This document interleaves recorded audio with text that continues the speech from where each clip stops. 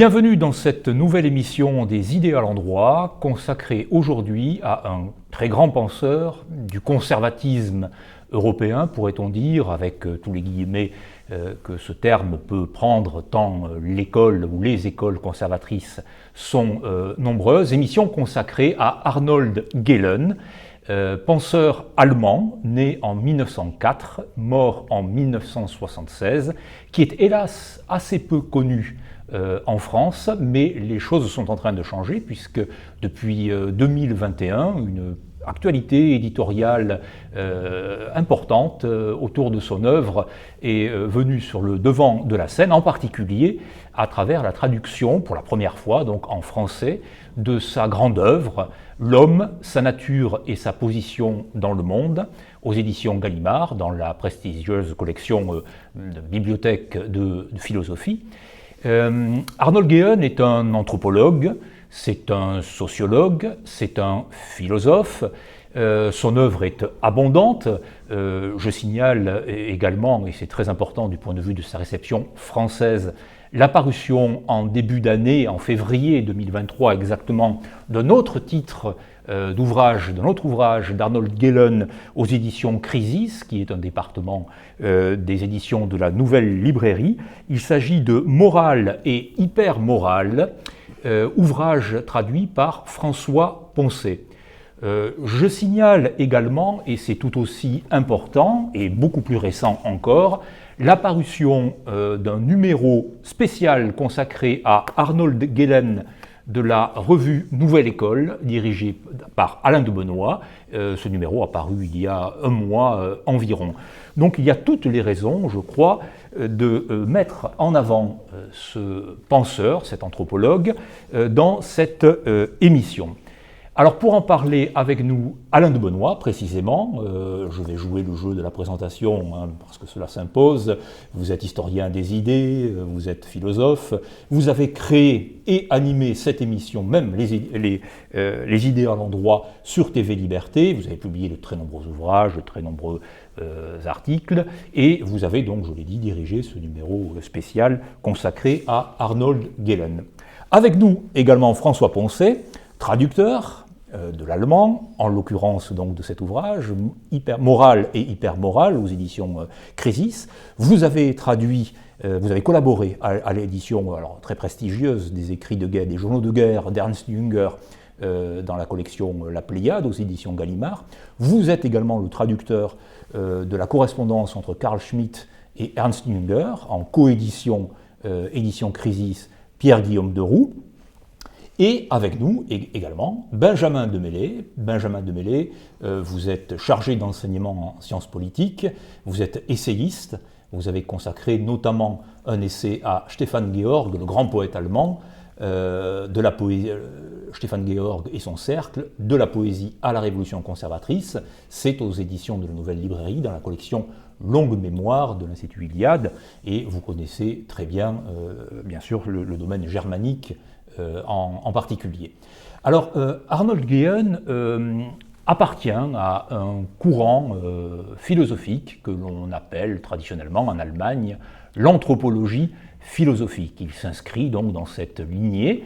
Alors, dans un premier temps, et avant d'examiner un certain nombre de caractéristiques de l'œuvre et de la pensée d'Arnold Gehlen, dans un premier temps, Benjamin Demélé, pourriez-vous nous dire ce qu'il en est de ce courant dit donc de l'anthropologie philosophique, de ses principaux promoteurs et des grandes lignes directrices qui le caractérisent? Oui, alors c'est une question qui est passionnante et qui est en même temps redoutable, parce que l'anthropologie philosophique, au fond, c'est là une appellation qui regroupe une constellation d'auteurs qui sont d'ailleurs assez différents, distincts les uns des autres. On songe à Max Scheler, on songe à Helmut Plessner, on songe bien sûr, et peut-être a fortiori, faudrait-il penser à lui, à Arnold Gehlen. Mais ce qui est intéressant, c'est que ce qui unit ces hommes, c'est moins peut-être une méthode qu'une démarche, on pourra peut-être préciser cela, et c'est moins au fond un ensemble de conclusions que la volonté de répondre à un défi. Alors quel défi? Oui. Et évidemment, cette question de la centralité de l'anthropologie se pose tout particulièrement à la fin des années 20 en Allemagne. Alors, bien sûr, la question de l'homme, qu'est-ce que l'homme? La question de la nature de l'homme, c'est toujours posée. C'est la grande question de Kant, entre autres, qu'est-ce que l'homme? Tout à fait. On pourrait trouver finalement chez Platon, chez Aristote, jusqu'à chez Kant, bien sûr, des questionnements. Bon. Mais je dirais que cette question n'a pas été considérée comme la question centrale d'un système philosophique et plus encore de toute compréhension de la réalité. C'est ça qui va unir ces auteurs qui sont confrontés à, de leur point de vue, une certaine obsolescence de la philosophie, à certaines limites des sciences sociales et qui doivent répondre, répliquer ou, et c'est plutôt leur option, s'articuler et s'unir aux sciences naturelles à la fin des années 20. Comment allier les données, non pas seulement du darwinisme, mais plus largement de l'évolutionnisme, en particulier, bien avant on a l'évolutionnisme, lamarckien, comment répondre finalement à ces données sans abandonner tout ce que la réflexion philosophique d'un certain idéalisme allemand a pu dégager, et en particulier comment penser la singularité humaine sans l'ensevelir dans l'animalité, sans le réduire au biologique, sans le noyer dans le fleuve du vivant. Comment répondre à ce défi? C'est au fond ce qui unit Plessner, Scheler et Gehlen. Alors c'est très intéressant parce que à la question donc qu'est-ce que l'homme, la tradition philosophique en général, vous vous êtes référé à l'idéalisme allemand, est assez a tendance, enfin est encline à considérer l'homme, par exemple, comme soit à l'image de Dieu dans la tradition biblique, à développer un point de vue très, oui, je crois que le mot idéalisme est le plus adéquat, un point de vue donc très idéaliste sur l'homme comme étant l'animal raisonnable, dira-t-on avec Aristote, enfin donc l'animal, le zoon, on tient l'animalité, raisonnable, on tient la raison. Mais donc, la caractéristique de cette école d'anthropologie philosophique, c'est de se saisir également des sciences naturelles. Quel est par quel biais s'en saisit-elle? Alain de Benoît? Oui, il faut bien situer le moment où apparaît cette école. Oui. Cette école est impensable avant que les travaux de Darwin et de ses successeurs aient établi la réalité de l'évolution. Et vous savez que lorsque les théories de l'évolution ont commencé d'être avancées, elles ont suscité des réactions parfois très passionnées, surtout dans les milieux religieux, qui disaient l'homme s'est créé à l'image de Dieu, on le fait descendre du singe, qu'est-ce que ça veut dire, etc. Donc, dans les milieux à la fois philosophiques et scientifiques, la grande question, c'est, une fois qu'on a admis que l'homme est un animal, la question se pose aussitôt de savoir s'il est un animal comme les autres ou s'il n'est qu'un animal. J'ai souvent raconté qu'un jour, j'avais rencontré à Vienne Konrad Lorenz, le prix Nobel pour ses travaux d'éthologie. Lorenz m'avait dit, si vous dites que l'homme est un animal, vous avez raison. Si vous dites qu'il n'est qu'un animal, vous avez tort. Et c'est en cela, d'ailleurs, que j'ai découvert que Lorenz était lui-même redevable des travaux de l'anthropologie philosophique. Alors, la grande tendance dominante dans le milieu scientifique pur, c'est un certain positivisme qui réduit l'homme à sa dimension biologique et dit qu'entre l'homme et les autres animaux, il n'y a qu'une différence de degré et pas une différence de nature. Et ceux qui veulent sauvegarder l'idée d'une spécificité humaine se sont généralement réfugiés soit dans des théories métaphysiques qui les faisaient complètement sortir du domaine scientifique, ou bien alors dans des théories comme celle qui fut en vogue à la fin du XIXe siècle, au début du XXe, qu'on appelait le vitalisme. Oui. Et Gehlen, dans sa jeunesse, a été marqué par certains théoriciens de ce vitalisme. La grandeur, si l'on peut dire, et l'originalité de la théorie de l'anthropologie philosophique, c'est justement qu'elle cherche à établir la spécificité humaine sans quitter le domaine scientifique, et sans se réfugier dans les facilités de la métaphysique. Donc, c'est une école qui va argumenter, par exemple, à partir d'observations et de notions tout à fait scientifiques, comme la notion d'émergence. Oui. En disant que le passage des autres animaux à l'homme est comparable, dans une certaine mesure, au passage du physico-inerte à la vie, que les différences de degrés finissent par créer un saut qualitatif qui équivaut à un saut de nature. Et l'observation centrale que va faire les auteurs de l'anthropologie philosophique, et notamment Arnold Gehlen, c'est la notion d'ouverture au monde. Voilà. Weltöffentlichkeit, n'est-ce Voilà. pas ? Et c'est l'idée que l'homme, et là l'école s'appuie sur les travaux d'un anatomiste hollandais qui s'appelait Bolk, et qui a établi la théorie de ce qu'on a appelé la fœtalisation ou la néoténie, terme un peu compliqué, qui veulent dire simplement que l'homme a ceci de particulier par rapport aux autres mammifères, qu'il est en quelque sorte un prématuré. C'est-à-dire que quand il naît, il est totalement dépendant, il ne sait rien, contrairement aux tout petits animaux qui, même à quelques jours, sont pourvus d'un instinct. Sont déjà. C'est-à-dire que l'homme n'est pas programmé ses instincts ne sont pas programmés dans leur objet. Il ne sait pas, par exemple, d'instinct ce qui est bon à manger ou ce qui ne l'est pas. Troisièmement, il est très pauvre en organes, en crocs, en griffes, ce qui fait que ces véritables organes vont être ses outils, que l'homme n'est pas lié à un climat particulier, comme les autres espèces. Il peut vivre, grâce à ses outils, dans tous les milieux, et par conséquent, il y a chez lui quelque chose d'ouvert, et il doit répondre à cette ouverture en créant des outils et en créant des cultures, c'est-à-dire des institutions. Voilà, alors on va venir à cette grande question. Alors vous allez revenir là-dessus, mais c'est pour donner un peu le cadre. Le schéma général. Voilà. Tout à fait. Et alors, ce caractère prématuré, en quelque sorte, du petit homme, et cette ouverture dont vous avez parlé, Alain de Benoît, emporte évidemment un certain nombre de conséquences.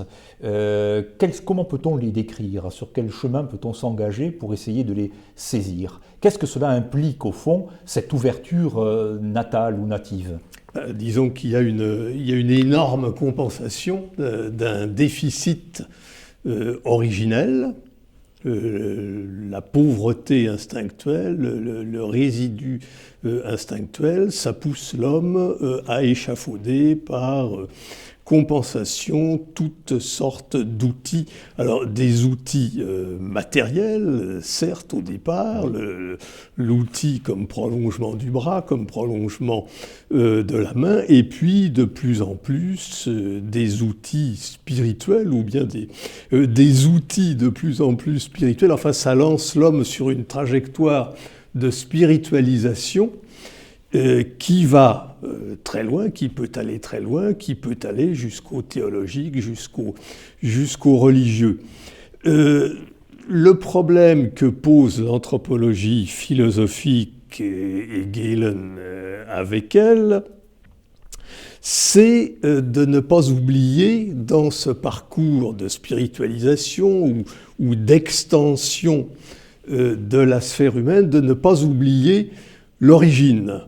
Parce que sinon, qui veut faire l'ange fait la bête, et on risque de tomber dans des aberrations telles que l'actualité nous en présente. C'est-à-dire l'origine, c'est-à-dire l'origine biologique. L'origine biologique. Oui. L'origine biologique.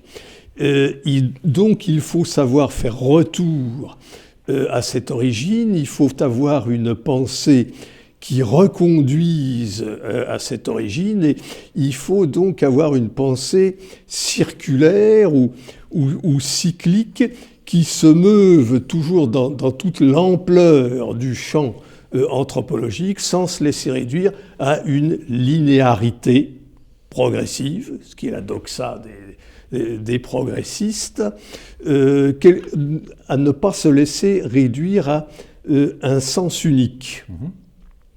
Je crois que c'est ça l'apport de l'anthropologie philosophique, qu'on a soupçonné de réduction au biologique, ce qui est injuste. C'est pas du tout... Oui, c'est une prise en compte. C'est tout à fait le contraire, en fait. Oui, Sa grande caractéristique, c'est d'échapper au réductionnisme biologique. Absolument. Car la théorie implique que l'homme, en raison de sa plasticité relative, évidemment, de son ouverture au monde, a besoin des cultures. Il n'y a pas d'être de nature à l'état pur dans le domaine humain. Il n'y a que des cultures qui se donnent toujours au pluriel. L'humanité, c'est une suite ou une série de cultures qui ont des points communs et beaucoup de différences. C'est d'où l'une des phrases un peu slogan que l'on cite tout le temps de Galen, qui est la véritable nature de l'homme, c'est sa culture. Et le second point, parce qu'il est capital aussi, c'est que cette même indétermination relative, cette pauvreté instinctuelle, qui équivaut d'ailleurs à une surabondance instinctuelle, parce que dans le premier cas, il faut suppléer, et dans l'autre, il faut trier, conduit l'homme à agir constamment sur lui-même. Il doit faire toujours des choix. Il doit choisir dans les objets de ses instincts, de ses projets culturels, etc. Et là, on débouche sur une notion totalement nouvelle et proprement humaine, qui est la fameuse Geschichtlichkeit dont parlent les Allemands, c'est-à-dire de l'historicité, n'est-ce pas, pas l'histoire, l'historicité. L'homme comme le seul être capable d'avoir, de concevoir et de se donner une histoire. Voilà. Donc, le reproche du réductionnisme biologique n'est absolument pas fondé, puisqu'il y échappe par toutes ces considérations. Alors, je profite de vos remarques autour de cette question de l'instinct et de cette idée selon quoi il faut essayer à la fois de les orienter, de les développer. Il y a une notion clé dans l'œuvre de Galen, que l'on rencontre très souvent, c'est la notion de délestage, de principe de délestage. Quel est-il ce principe-là, Benjamin Demélé ? Oui, alors ça c'est tout à fait passionnant, et je pense que c'est à raison que nous pouvons insister sur le fait que l'anthropologie philosophique, et a fortiori l'anthropologie philosophique telle que Galen la développe, n'est pas un réductionnisme biologique. Ça, c'est une certitude. Et d'ailleurs, notons tout de même que même des personnalités comme Adorno, dans les années 60, ne lui feront pas ce reproche. Même Horkheimer, qui était plus virulent à son égard, ne lui faisait pas ce reproche précisément. C'est plutôt un reproche qui lui a été fait durant la période nationale-socialiste qu'il a dû traverser d'ailleurs. Bon, cette notion de délestage est tout à fait fondamentale. À partir du moment où l'être humain est un être déficient, un être lacunaire, c'est cette notion qui découle directement de sa prématuration, du processus de fétalisation, pour reprendre cette expression de Bolk, voilà, c'est la néothénie. À partir du moment où il est un être déficient, lacunaire, il a en effet besoin d'une seconde nature qui est précisément la culture. Alors pourquoi précisément ? Parce que, comme le disait nettement Alain de Benoît, le chaos impulsionnel, l'indétermination de l'homme, le contraint à se réguler et en même temps, simultanément, à s'orienter. Alors comment tout à la fois réguler son chaos impulsionnel et l'orienter ? Eh bien, c'est là qu'intervient le délestage. Nous avons besoin d'habitudes, de circuits, de schémas sur lesquels, c'est d'ailleurs une expression que Galen emploie, sur lesquels nous appuyer. Nous avons besoin d'une certaine manière de prothèses qui sont des prothèses soit visibles, soit invisibles. Elles sont en fait systématiquement les deux. Ce sont à la fois éventuellement des outils et en même temps des symboles, le tout à la fois. Et ce sont également, alors je dirais dans un premier temps, des organisations humaines, si l'on veut, organisations humaines. Bon, on va y venir. Peut-être avant de venir à la notion d'institution qui est tout de même bien plus précise et bien différenciée. Mais nous avons besoin de prothèses pour exister et canaliser notre chaos impulsionnel. Alors ce qui est très intéressant, c'est que Galen, vous parliez par exemple finalement de la problématique de l'histoire et de l'historicité.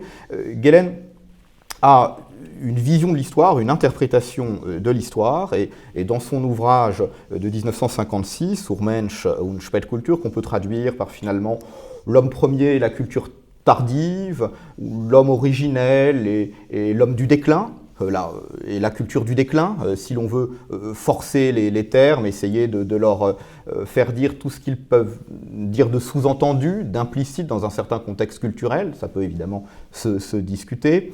Dans cet ouvrage, Gehlen, Analyse d'histoire, est fait du totémisme, le fondement au fond de toute culture. Le totémisme, c'est la première manifestation identifiable, majeure, du délestage et par suite de ce qu'il va appeler les institutions. Alors là, peut-être simplement un mot sur cette affaire de totémisme qui peut sembler un petit peu étonnant. Je signale d'ailleurs que le numéro de Nouvelle École comprend un article consacré à la notion de magie. Absolument, qui a été traduit en effet par Frédéric Castol pour l'occasion, qui est un article inédit très, très important, je pense. Tout à fait. Cette notion de totémisme est intéressante. Vous voyez, quand on parle de Gehlen, on évoque à la fois l'anatomie comparée de Bolk et l'ethnologie, l'anthropologie, qui va chez lui finalement de Lévi-Brühl à Lévi-Strauss. Donc c'est quand même très, très vaste. Alors, pour Gehlen, effectivement, le passage des chasseurs-cueilleurs au néolithique se fait par le totémisme puis par la magie. Les collectifs instaurant des rites d'identification à des animaux tutélaires auraient été amenés, dans le cadre précisément de leurs rites, de leur danse mimétique, à s'identifier collectivement à l'animal totem, à l'animal totémique. Et dès lors, ces collectifs auraient instauré et intériorisé un tabou, puisqu'ils sont cet animal totem, on ne peut le chasser, on ne peut le tuer. Et par transfert sur le collectif, cela aurait donné, nous dit Gehlen en tout cas, cela aurait donné le tabou de l'anthropophagie, l'interdiction du meurtre à l'intérieur de la collectivité, qui est en fait la collectivité rituelle, donc c'est toujours en acte, ça, il faut venir à ça, et en même temps le tabou de l'anthropophagie. Et plus profondément encore, dans l'accomplissement même des danses mimétiques, l'homme s'assimilant à un animal s'éprouverait tout de même dans sa différence avec cet animal, inévitablement, et donc c'est paradoxalement ce qui permettrait l'individuation psychique spécifiquement humaine, nous dit Gehlen. Alors là, c'est une thèse très dense, qui est considérable, mais qui peut avoir des implications et du coup, le totémisme est pour lui ce grand rite originel par lequel l'homme s'éprouve et par lequel l'homme accomplit un premier délestage. Il va instaurer l'interdiction du meurtre, l'interdiction de l'anthropophagie comme une habitude et comme une habitude sociale, donc comme une régularité sociale, précisément dans l'action rituelle qui mobilise quelque chose qui n'est pas humain, qui mobilise un symbole matérialisé. Ça, c'est quand même déjà assez extraordinaire. Gehlen est un lecteur de Freud ou non?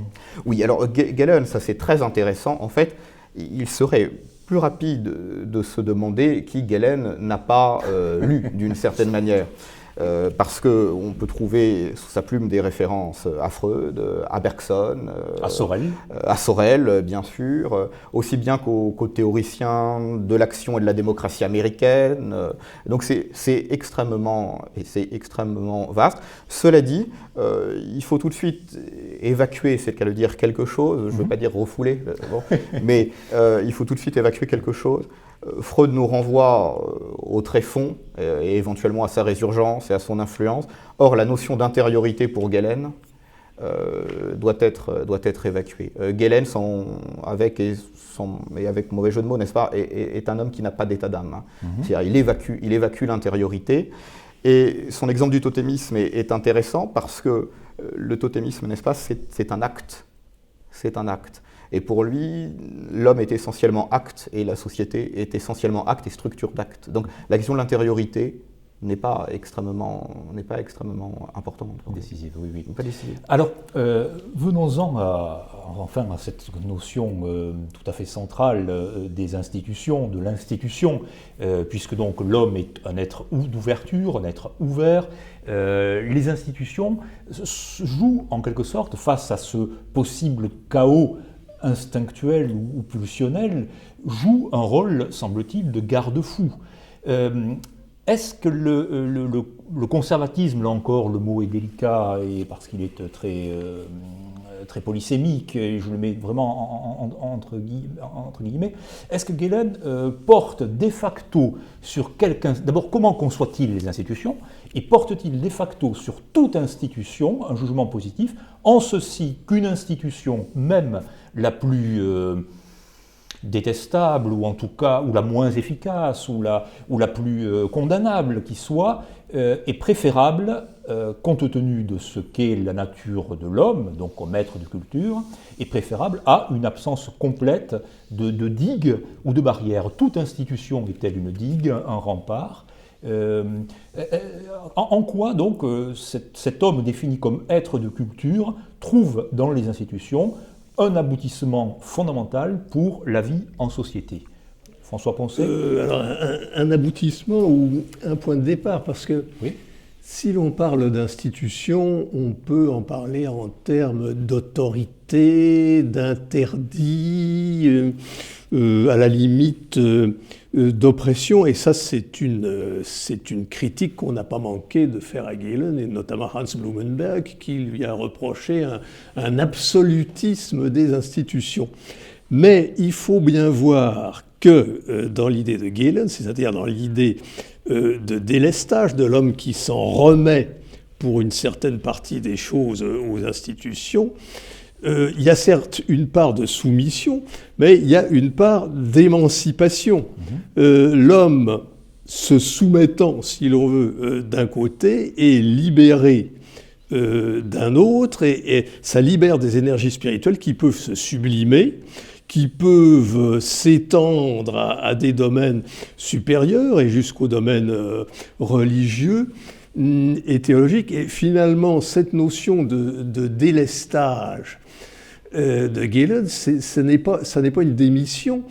Si l'on regarde bien, c'est une notion qui entre en concurrence avec la notion des progressistes, qui est l'émancipation. Absolument. Les progressistes nous parlent d'une émancipation progressive de l'humanité, qui se spiritualiserait d'elle-même, on sait pas trop comment. Et qui passe par la destruction souvent des institutions. Enfin, oui, en tout qui cas, passe par la destruction des institutions, alors que Gehlen nous montre que les institutions, c'est quelque chose sur quoi on s'appuie, et pour pratiquer, enfin ce qu'il appelle l'extension ou l'expansion ou l'amplification, Erweiterung, pour étendre la sphère humaine dans des domaines toujours plus vastes et toujours plus lointains.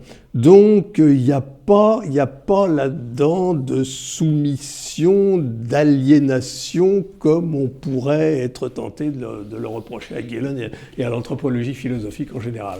Il y a une chose qu'il faut souligner à cet égard, c'est que la querelle autour de la signification des institutions a été l'un des grands thèmes des querelles entre Gehlen et Adorno, par exemple, c'est-à-dire Théodore Adorno, grand représentant de l'école de Francfort, pour qui, pour dire les choses de façon rapide, toute institution était finalement, en dernière analyse, de nature répressive et mutilante. Alors que Gehlen montrait au contraire l'autre face de l'institution, qui est au contraire profondément, comme vient de le dire François Poncet, émancipatrice. Et l'influence considérable, parce qu'il faut le signaler, que Gehlen a exercé à partir, disons surtout des années 1950, dans l'Allemagne fédérale d'après-guerre, dans le camp conservateur, c'était dû plus encore à ce qu'il disait des institutions que à ce qu'il avait dit sur l'homme, qui à mon avis est quand même plus important, l'homme en tant qu'être de manque, être lacunaire, être de manque, Mangelwesen, n'est-ce pas? Or, c'est dommage qu'on n'en ait pas plus parlé de ce second aspect, parce que regardez par exemple des querelles qui réapparaissent tout le temps, l'hérédité et le milieu, l'inné et l'acquis. Bon, là-dessus, le moulin tourne, chacun défend une thèse. Avec Gehlen, ça se résout en montrant que ce sont des querelles qui n'ont pas lieu d'être. Hein. C'est comme le corps et l'âme, hein. Tout ce qui est de type dualiste, Gehlen le rejette. Hein. L'opposition du corps et de l'âme se résout dans le fait que l'âme, c'est le principe vital du corps. Oui, bien sûr. Bon, si la véritable nature de l'homme, c'est sa culture, hein, alors à ce moment-là, culture et nature prêtent une toute autre résonance que dans les deux grands courants de pensée vis-à-vis desquels l'anthropologie philosophique exerce sa critique, c'est-à-dire d'un côté les tenants d'un réductionnisme biologique qui vont dire l'homme est un animal et rien d'autre, et à l'autre bout, je dirais Kant par exemple, pour qui, tout à l'inverse, l'homme est d'autant plus humain qu'il s'arrache à l'animalité, qu'il rompt avec le biologique, n'est-ce pas? Donc d'un côté le pur biologique et de l'autre le pur refus du biologisme. Hein. Le biologisme méprisant de la culture et la culture méprisante de la biologie.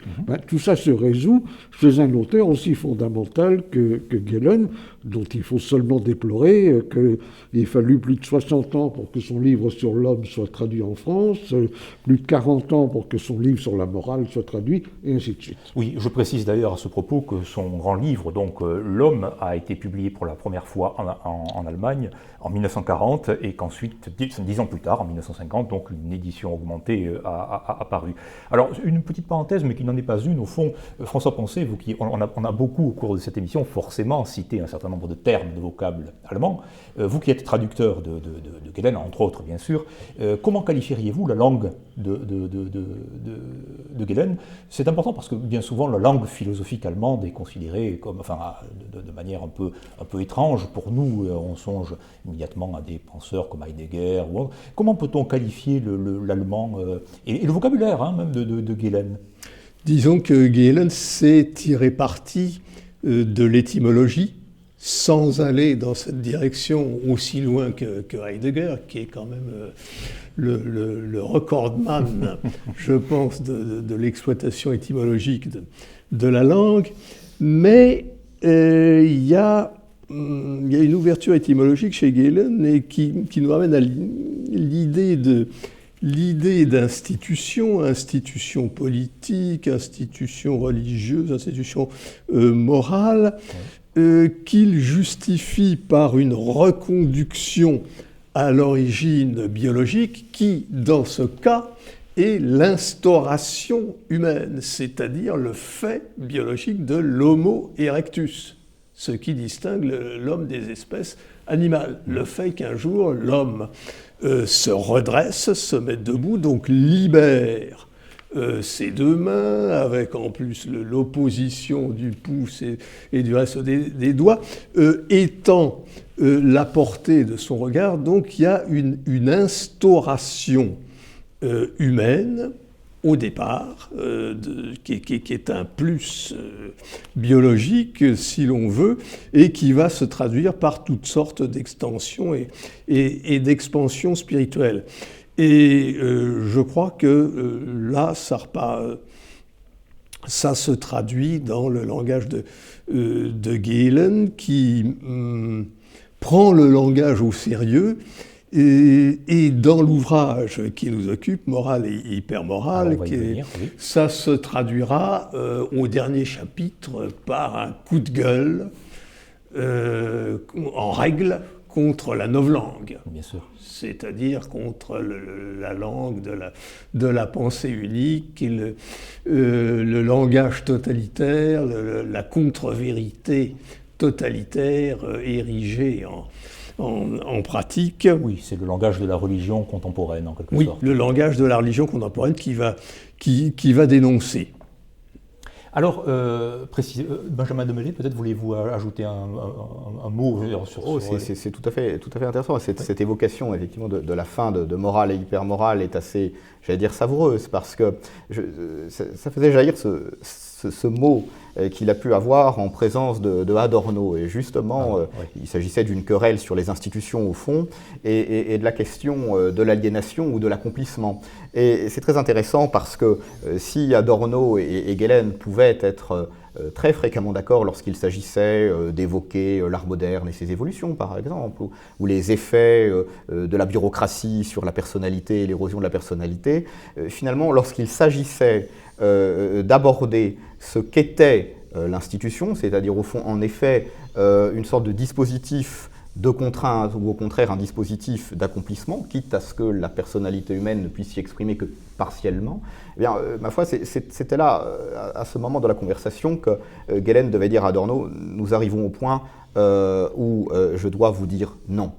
Où je dois vous dire non. C'est-à-dire qu'il n'y a plus de discussion possible parce qu'en effet, c'est toute la définition de l'institution qui diffère, qui s'oppose chez ces deux auteurs. Et là, peut-être, je me permettrais d'évoquer le nom d'un juriste français, Maurice Horiou, et qui a beaucoup influencé Gehlen et qui peut être vu comme une sorte d'adversaire intellectuel de la pensée de Durkheim, mais des gens qui encore aujourd'hui s'en revendiqueraient quant à l'institution. Au fond, partons de cela, pour Durkheim, et je crois que c'est en fait le cas pour Adorno et une partie de l'école de Francfort, somme toute, il y a là une opposition assez irréductible. Les institutions, quelles qu'elles soient, qu'il s'agisse de la religion, de l'armée ou que sais-je, sont des émanations de la société, je ne peux pas dire du coup du corps social, mais sont des émanations de la société. Donc elles proviennent d'elle et c'est la société qui continue à les légitimer. Tandis que pour Gehlen, je ne peux pas dire que c'est tout à fait l'inverse. Hein. Vous parliez du dépassement du dualisme, ça c'est fondamental chez lui. Gehlen reprend et radicalise, mais avec finesse, la thèse d'Horiou, qui voulait qu'au fond, une institution, c'est la connexion entre une idée directrice, c'est ce qu'il appelle une idée directrice, et là avec le totémisme, par exemple on a le tabou, typiquement, entre une idée directrice et un intérêt vital. Et au sein de cette connexion, le groupe social, les individus peuvent entrer en communion, ça c'est le terme d'Horiou, et plus encore, ils peuvent même à terme entrer en communion avec l'institution si elle est authentique. Donc ça va très loin, lorsque l'institution parvient à sa personnification. Et Gehlen n'est pas très loin de cette thèse, et au fond, il n'y a pas d'homme sans institution, et dès lors, opposer un individu à l'État ou un individu à la société, c'est une absurdité conceptuelle pour Gehlen, car l'institution est tout à la fois individuelle et collective, elle assure la régularité sociale. Alors, juste un petit mot pour dire que l'institutionnalisme juridique de Maurice Horiou, qui est malheureusement lui aussi un peu oublié aujourd'hui, a eu également une grande influence sur Carl Schmitt. Il y a eu une période de sa vie où Carl Schmitt a été très profondément influencé par Maurice Horiou. Maintenant, sur le livre sur la morale, il y a une chose qui est amusante parce que on a parfois dit que c'est le seul livre polémique de Gehlen. Bon, attention, c'est de la polémique allemande, donc très érudite, c'est pas Léon Blois ou Jean Caux, n'est-ce pas? Non, c'est pas ce style-là. Mais moi je suis très frappé, en lisant ce livre, dans l'excellente traduction qu'en a donnée François Poncet, de voir à quel point cet ouvrage, qui a maintenant 40 ans à peu près, environ, facilement au moins, est vraiment d'une actualité formidable et a été très précurseur. Car Gehlen, avec ce terme génial d'hypermorale, caractérise une société que tout le monde décrivait de son temps un peu comme essentiellement permissive. Or, finalement, c'est lui qui avait tout à fait raison. Aujourd'hui, ce qui s'est abattu sur le monde, c'est pas du tout la permissivité qui ne décrit qu'une petite partie des phénomènes sociaux, c'est au contraire une chape de plomb morale. Et puritaine. Et puritaine. Le nouvel ordre moral porté par le wokisme, porté par la cancel culture, porté par le politiquement correct, la pensée unique, la théorie du genre, l'idéologie des droits de l'homme, qui est une idéologie certes juridique, mais juridique d'inspiration éminemment morale. Nous crevons, si l'on peut dire aujourd'hui, de ce tsunami de moralisme, Nietzsche aurait dit de moraline, où maintenant l'empire du bien se déchaîne en disant c'est moi la morale. Absolument. Et c'est cette hyper-morale que dénonce Arnold Gehlen dans ce livre qui vient de paraître. Voilà, c'est un livre d'une très grande actualité, en effet, à partir de ce débat autour d'Adorno, de l'école de Francfort, des mouvements dits freudo-marxistes. Enfin, quelle est cette, pour filer la métaphore nietzschéenne ou la formulation nietzschéenne, quelle est cette généalogie de l'hypermorale, si j'ose dire? Parce qu'effectivement, Gehlen est au cœur, pour le coup, de l'actualité, si j'ose dire, avec cet ouvrage-là, donc Morale et hypermorale. Sa condamnation, disons, le démonisme, de l'humanitarisme, passe par quelles analyses? Il voit tout ça poindre, il voit aussi, comme Julien Freund le verra, le reflux du politique en lui-même, puisqu'effectivement, si on est freundien, on parlait de Carl Schmitt, bon, c'est une école assez voisine, si on est freundien, il y a une autonomie du politique, et il y a une autonomie de la morale, comme il y a une autonomie du politique, etc. Donc, quelle est cette généalogie de l'hypermorale que condamne, bien entendu, de manière on ne peut plus contemporaine, donc 50 ans après l'apparition de l'ouvrage, Arnold Gehlen? Oui, ce qui est intéressant, c'est que de la même manière qu'il y a, ou peut y avoir en tout cas, une autonomie du politique, de l'économique, etc., en fait, il y a une autonomie des sphères ou des instances de l'éthique ou de la morale chez Gehlen. C'est-à-dire que ça, c'est une idée que je trouve est quand même très, très forte, extrêmement intéressante. Pour lui, finalement, on ne peut pas tant parler de la morale que d'une série d'instances morales qui s'articulent ou qui entrent en tension, ou qui même peuvent s'avérer purement et simplement contradictoires, mais qui de toute manière structurent le comportement, l'éthique, l'éthos de chaque individu. Et ça, c'est extrêmement intéressant. On peut peut-être dire rapidement, François Poncet le dirait mieux que moi pour l'avoir traduit, il y a finalement donc ces quatre instances. La première, au fond, c'est ce qu'on pourrait appeler une éthique de la réciprocité, une éthique qui naît de l'échange social le plus habituel. Ensuite, on peut distinguer des vertus physiologiques. Il y a tout de même, non pas des instincts, mais des tendances naturelles, des quasi-instincts, en tout cas des résidus instinctuels qui permettent encore d'appuyer des comportements sociaux et même civiques, finalement. La défense du territoire, par exemple, est quand même prise en compte par Gehlen, l'amour maternel aussi. Et puis, il y a ensuite les vertus normalement propres à la famille, propres au foyer, et seulement ensuite on retrouve cette éthique des institutions, cet ethos des institutions, et ensuite cette éthique de l'État, qui, Couriot d'ailleurs, et là encore on retrouve, me semble-t-il, une influence, qualifiait d'institution des institutions. Ça, ça me semble assez proche de Gehlen tout de même. Bon, mais finalement, l'hypermorale émerge lorsqu'une sphère, lorsqu'une instance cherche à s'autonomiser, et en l'occurrence c'est celle des vertus ou des catégories familiales ou des comportements familiaux, disons.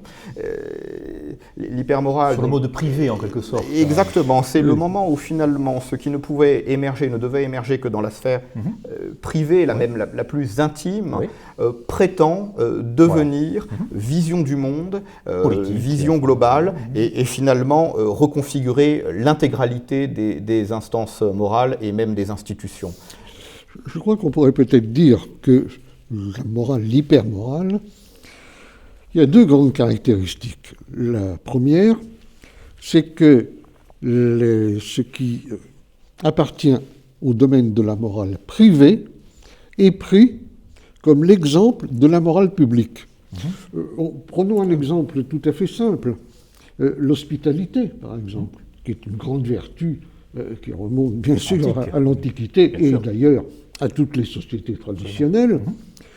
Ça n'a pas du tout le même sens pour vous quand quelqu'un vous demande l'hospitalité et si vous êtes un chef d'État et que ce sont des millions de gens qui se pressent aux frontières en vous disant respectez la vertu d'hospitalité. On n'est pas dans le même domaine. Donc le moralisme, c'est de croire que la morale privée est la même chose que le bien commun et le bien public. Et deuxièmement, c'est de faire en sorte que la morale collective se substitue aussi à la morale individuelle. Je veux dire, dans l'idée, autrefois, disons, pour faire simple, la morale définissait ce que la personne devait faire pour respecter les notions de bien et de mal. Aujourd'hui, ça s'est déplacé du bien vers le juste. ce qu'il est juste que la société soit. La société serait plus juste si les gens se comportaient tous de cette façon-là. Donc on part, ce n'est plus tellement de l'individu que l'on soumet à une exigence, c'est la société qui doit changer pour être transformée selon un devoir-être et non plus selon les catégories simples de l'être, pour devenir, entre guillemets, plus juste. Ça, c'est aussi un aspect important. Il y aurait bien d'autres choses à dire sur la différence entre le bien et le juste, mais on va s'arrêter là parce qu'on n'est pas là pour faire un cours de philosophie. Mais je crois que ce sont deux points qu'il faut faire bien apparaître. François Oui, Poncet. alors ce que je voudrais ajouter, c'est que, en dehors de ce schéma généalogique que vous avez fort bien retracé, la procession des différentes instances morales à partir les unes des autres, c'est un schéma qu'on peut considérer comme construit, comme un peu abstrait. Ce qu'il y a d'intéressant dans l'ouvrage, c'est que Gehlen illustre ça par l'examen approfondi de deux moments historiques précis. L'un emprunté à l'Antiquité, qui est la défaite d'Athènes dans la guerre du Péloponnèse, l'autre qui est la défaite totale de l'Allemagne à la suite du Troisième Reich. Et donc ce sont deux moments historiques précis où nous avons très concrètement un exemple de l'effacement du politique par la défaite. Une défaite qui discrédite le politique et qui donc déplace les valeurs vers la sphère privée. Et ceci se reproduit sous nos yeux, quasiment, avec la défaite allemande de 1945, où il y a un effacement total de l'État allemand, de l'idée même de l'État, qui reparaît sous une forme tout à fait édulcorée, abâtardie de l'État-providence. Alors, dans cet ouvrage, donc, il y a le schéma généalogique un peu à la manière nietzschéenne, quand Nietzsche parle d'une généalogie de la morale, et il y a une illustration historique fort bien vue, fort détaillée, et c'est un des grands intérêts, je pense, de l'ouvrage. Alors, l'émission avance et évidemment, c'est important d'avoir souligné ce dialogue et cette confrontation entre Gehlen et Adorno et l'école de Francfort. Quelques mots sur le Gehlen dans l'Allemagne contemporaine et dans son débat ou son non-débat, je ne sais pas, avec Habermas, qui est évidemment l'un des penseurs allemands les plus valorisés, disons, dans l'Allemagne contemporaine. Qu'est-ce que l'on peut en dire dans le cadre donc de cette réception, en quelque sorte, de l'œuvre de Gehlen, Benjamin Demele? Oui, en fait, Gehlen est présent en Allemagne, il est présent chez de très grands auteurs qui ont aujourd'hui encore une influence considérable. Je pense par exemple en sociologie à Niklas Luhmann, qui n'est mort qu'en 1998, mais dont l'œuvre reste aujourd'hui un monument de l'après-guerre, par exemple.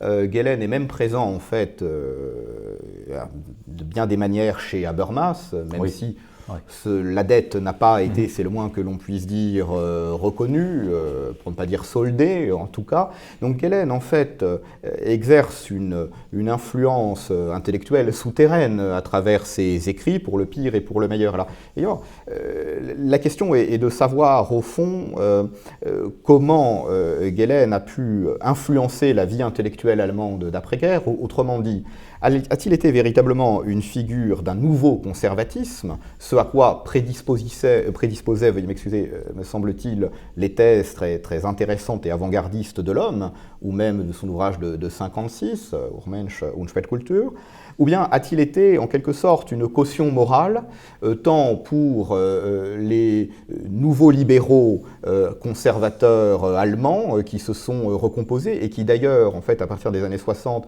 viennent pour partie d'une gauche modérée qui s'inquiète des soubresauts de l'Allemagne de l'époque.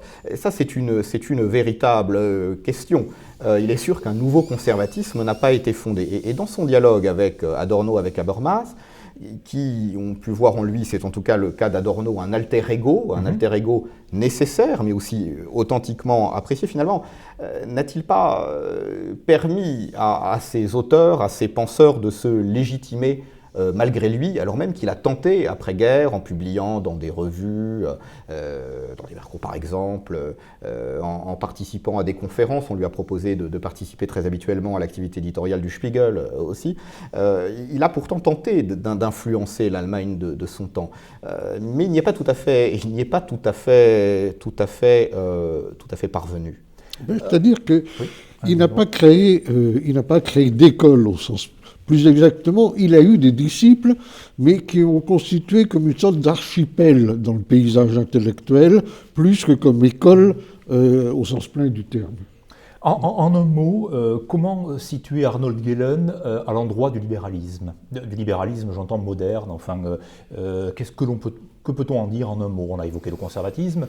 Est-ce qu'on peut le qualifier d'une manière très sûre de ce point de vue-là ou pas? Alors, je dirais vraiment très rapidement qu'il est évident que Gehlen n'est pas un auteur libéral, c'est un penseur de l'action et du déploiement du monde humain par l'action, celle-ci étant indispensable des institutions. Il ne peut donc pas être libéral, et par ailleurs, l'individuel et le collectif se déploient simultanément chez lui. C'est tout à fait opposé au libéralisme. D'un autre côté, on pourra dire, je crois que Gehlen aurait malheureusement accepté cela, on pourrait dire qu'une bureaucratie efficiente, même si elle n'est pas un assemblage d'institutions authentiques, orientées par une ou des idées directrice, eh bien, cette bureaucratie efficiente vaut toujours mieux que la subversion, que le chaos impulsionnel qui était proposé dans les années 60 et conclut, pour ma part là-dessus, est peut-être quelque peu cavalier pour la mémoire d'Arnold Gehlen, mais rappelons qu'il a tout de même soutenu la répression